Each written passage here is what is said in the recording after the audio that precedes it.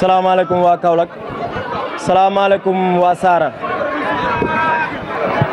ci Saara Nimza. maa ngi nuyu mbooloo mi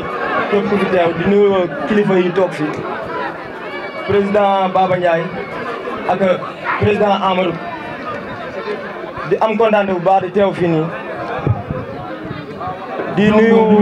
waa Saara ci turu ASC Jakaarlo ñoom ñi nga xamante ne tey jii mun naa ne ASC bu mag la mujjee parce que moo nar a représenté phase nationale fee ca Dakar incha allah le 15 août moo gagné aussi trophée zonal bi gagné aussi trophée régional bi démb barki démb ca Nioro contre Ifrasel par série di wax tamit ne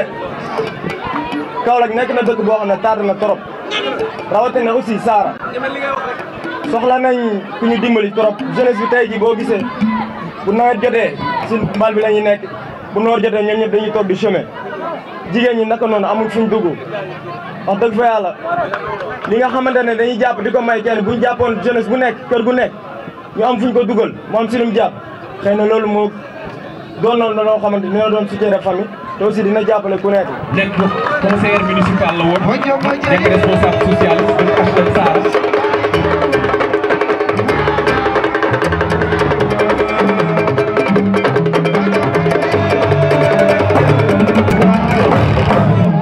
di wax aussi président Amadou bu mu tiit dara bu mu ragal dara jeunesse su Saara mi ngi ci ginnaawam ASC Jakaarlo mi ngi ci ginnaawam di ko dooleel.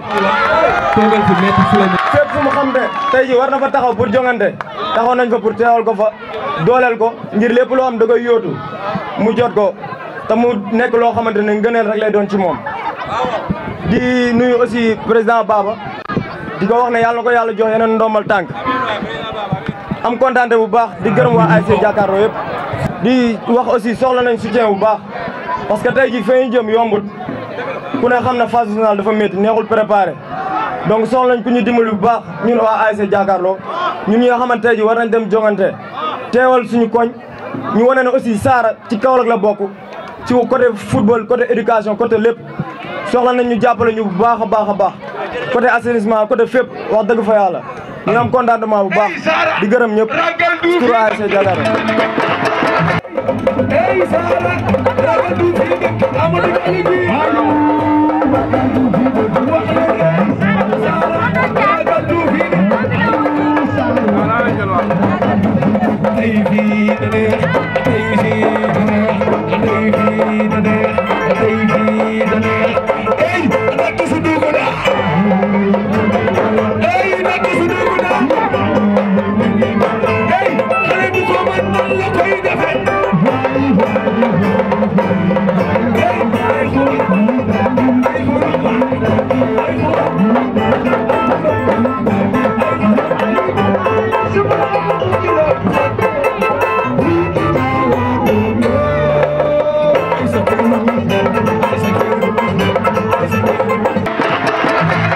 waa Saara tey yaakaar naa ne lii dafa war a nekk sunu fierté mais balaa ma remercier ASC Jakaarlo da ngeen may permettre ma nuyu imam bi nga xam ne moo nekk ci quartier bi ak délégué de quartier yi mais di nuyu aussi ki nga xam ne mooy le président conseil départemental sortant Baba Ndiaye ku ko xam-xam ne l'ensemble des ASC nekk ci biir département bi lim ci liggéey dafa am solo kon tey lii bu ko jàkkaarloo ay doomu Saara jëlee mu ñëw teew ko dafa nekk wareefam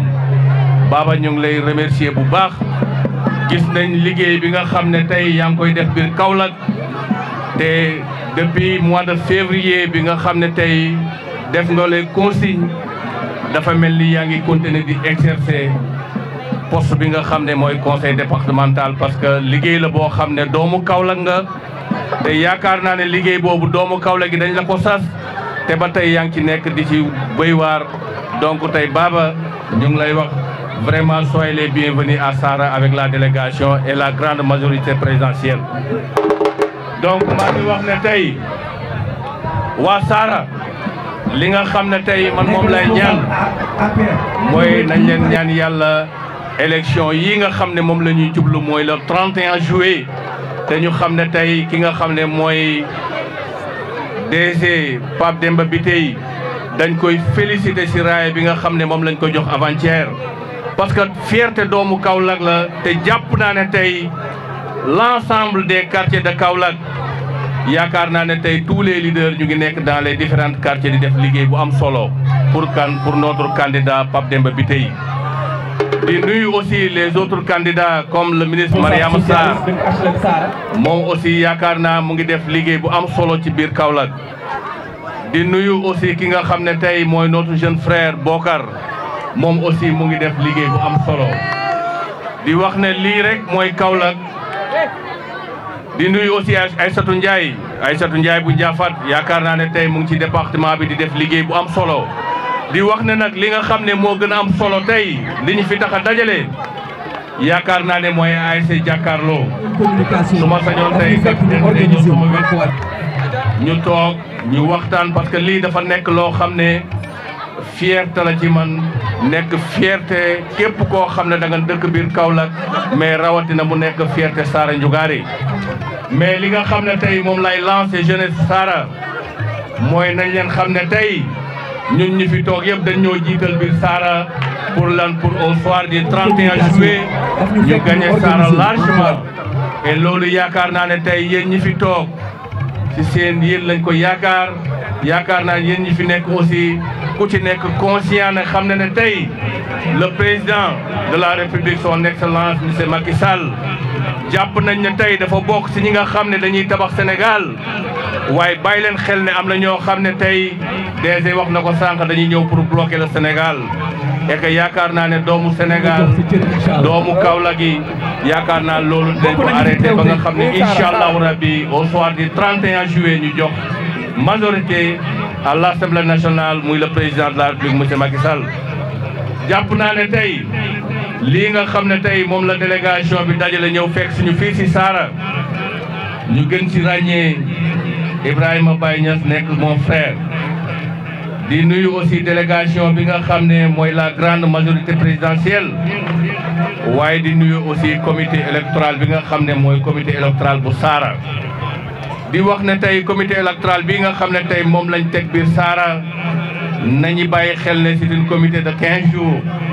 am mission boo xam ne mission 2 semaines la te li ñu ci war mooy fexe yeggali mission bi ba au soir du 31 ñu rendre li nga xam ne nii mooy victoire bi au président de la République. jàpp naa ne tey ñi nga xam ne tey du ma leen mos a fàtte mooy mouvement attaque parce que tey bu ma taxawee fii di wax yàlla ak ñoom la parce que ñoo ma jàppale ba ma yegg si fii. di nuyu la présidente Mati di nuyu jigéenu attaque yëpp di leen santaat di leen gërëm di leen wax ne waxuma la rek bi ñu formé comité bi mais juste avant comité électoral Sara ñu koy teg mouvement bi mu ngi ci biir terrain bi di liggéey parce que dañ ko tàmm dañ ko adapté kon tey ñooñu man awma seen fay yàlla mi am seen fay yàlla leen yàlla fay mais li gën a am solo mooy man mii nga xam ne tey maay président mouvement bi bokk ci coalition bi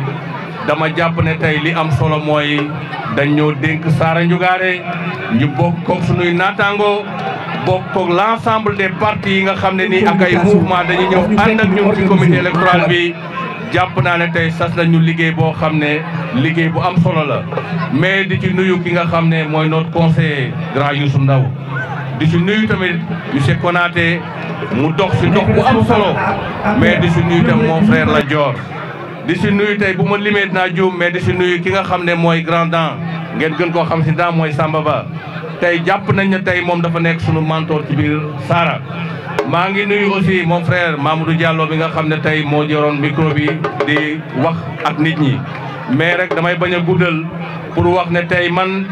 awma seen fay parce que Pape Demba bi ñuy gisee sànq si ngoon ma ne ko jàkkaarloo dafa jël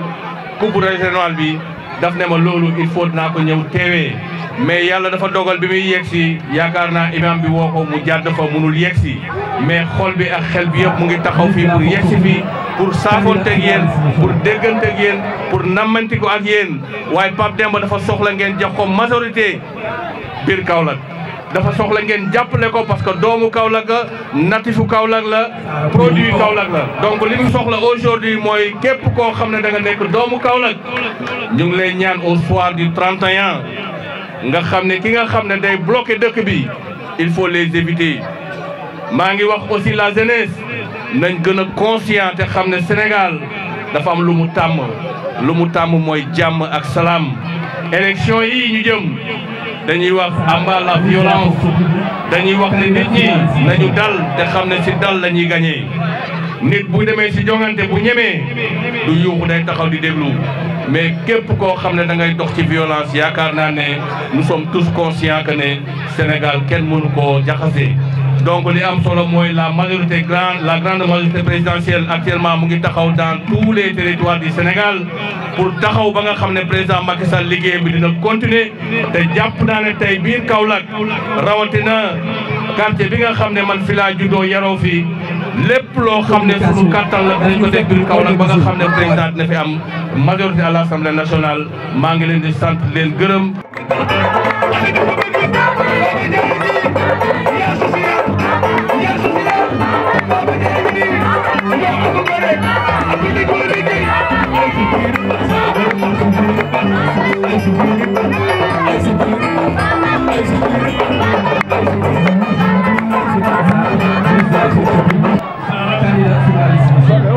ñu ngi kontaan lool ñëw fii teewal fii le directeur général de la Senelec suñu frère Pape Mademba Bitèye ñu ñëw ñu ngi ànd ak bras droit di xaritam di Baye Ibrahima Niass nga xam ne foo gis Pape da nga ko fa gis ànd ak Khalifa Wade Youssoufa Gueye waaye tey mën naa sax cité Samba Ba boole ko sama délégation donte fii la dëkk mën naa cité Mamour Diallo boole sama délégation donte fii la dëkk mën naa koo def également si Koma Gueye ndax ñett ñooñu yàlla ñu boole wala bu yàgg et ça fait des années et dizaines d'années durant ñuy bokk ay combat mené ko ensemble bokk xarit également muy notre frère Modou Diagne Fada su fi ñëwee it mën a boole sama délégation seen jigéen seen dëkkandoo seen xarit également muy madame Sophie Ndoye mu ñëw xam ne maa ngi fi ñëw mu ñëw également ànd ak ñun Amadou ñu ngi lay félicité di félicité bu baax l'ASC Jakaarlo bi nga xam ne nii moo gagné coupe bi cette année te dès que mu gagné ko ngeen am fierté fii Saara mu war dem phase nationale l'ASC Jakaarlo dafay daal di nekk l'ASC de tout le département de toute la commune et de toute la région de Kaolack kon tey bu ngeen dem à la phase nationale jàppale ne toutes les autorités qui comptent Kaolack di ko bàyyee Amadou Diallo rek waaye ñu ñëpp dañ def mobilisation si gannaawam def mobilisation seen gannaaw ànd ngeen jàppale leen et incha allah bii pour ngeen mën a indi groupe national fii si Kaolack ñu ngi leen di félicité bu baax a baax di félicité seen supporters di félicité joueurs yi leen encouragé si toute l'endurance le sacrifice qui a été constant jusque-là man nuyu bu baax suñu doyen suñu mag ñi nekk élève di jàng xam ko fekk ko fii mu Youssoufa Ndaw Youssou Ndaw nit ku baax la nit ku am engagement politique la c'est un grand cadre politique nag ndax il a fait la bonne école tey mu ànd ak suñu mag Souleymane Ndéné Ndiaye population de Sara ngeen ànd ak Amadou Diallo def comité électoral jëm élection yoo xam ne dafa am ñaari enjeu ba ñett enjeu bu njëkk bi enjeu national la Sénégal bi ñu dem en 2012 taux de croissance yi matul 2%. kon réew la moo xam ni ngeen amuloon production ndax taux de croissance mooy la production intérieure de notre pays bu ñu demee ba mu wàcc à un taux aussi bas matul 2% xam nga ni jamono yi kon réew mi sori woon na jege woon sax catastrophe ñi ko fi bàyyi woon ba ñu dem dañu yaakaaroon ne bu ñu defee ñetti weer du mën a fay salaire mais boobu xamuñu jàmbaar xamuñu engagement Macky Sall waaye nag dañuy fàtte yàlla borom taw kàlla ak mag ñi fi nekk que Sénégal yàlla def fi jàmm ak sutura waxuma fay salaire mais le Sénégal a vu sa croissance grimper à 6%. Entre 2012 et 2018, la moyenne de la croissance économique était à 6,6%. loolu yombul ci réew mu néew doole waaye le président di liggéey et malgré la Covid ñi dem ba tey Sénégal depuis sa naissance dañuy jëndi essence dañuy jëndi pétrole dañuy jëndi gaz. Président de la République dans la diplomatie économique éclairée ñi am pétrole diggante Mauritanie ak Sénégal mu nekkoon histoire mais moom mu am vision mu xam li diplomatie économique mu liggéey ba tey ñu juboo ak Mauritanie am convention am un concessionnaire boo xam ne mooy exploite le pétrole et en 2023 mi at mi ñuy jug yàlla na ko fekkee le Sénégal va vendre son premier baril de pétrole. kon ñu doon jéggaani pétrole di ko jënd bi ñu réew Sénégal day am pétrole di ko utiliser mais di jaay bi ñu réew pétrole. En 2024 ñu ne Sénégal dina jaay son premier baril son premier mètre cube de gaz musuñ ko am gaz dañ ko jëndi bi ñu réew di ko def ay bateau di ko indi fii Sénégal kon xam ngeen ne kon réew mi ngi avancé si jàmm si sutura si teranga président de la République dans la transparence aiguë et approfondie mu créé une loi boo xam ne waxtaan naag lépp li xam ni ay patronat lañu association mouvement parti politique ne xaalis boobu njël si pétrole bi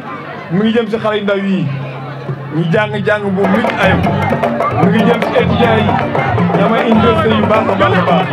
mu ngi jëm si les infrastructures mais également mi ngi jëm si l'agriculture et la transformation donc le secteur secondaire